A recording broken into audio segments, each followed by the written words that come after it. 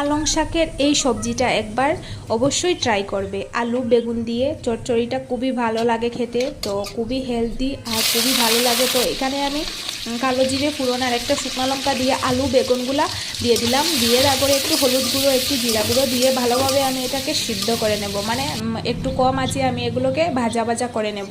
আর এদিকে পালংগুলা দেখো কি তাজা তাজা তাজা আর কি পালং শাকগুলা, তো ওগুলোকে আমি ধুয়ে ভালোভাবে কেটে নিলাম বড় বড় টুকরো করে।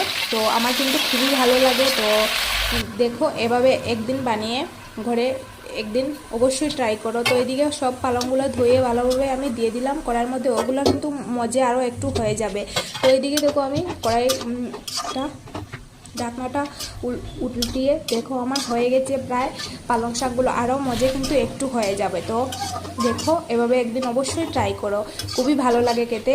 তো এখন তো পালং শাকের বাজারে অনেকগুলোই পাওয়া যায়। তো কীরকম লাগলো ভিডিওটা?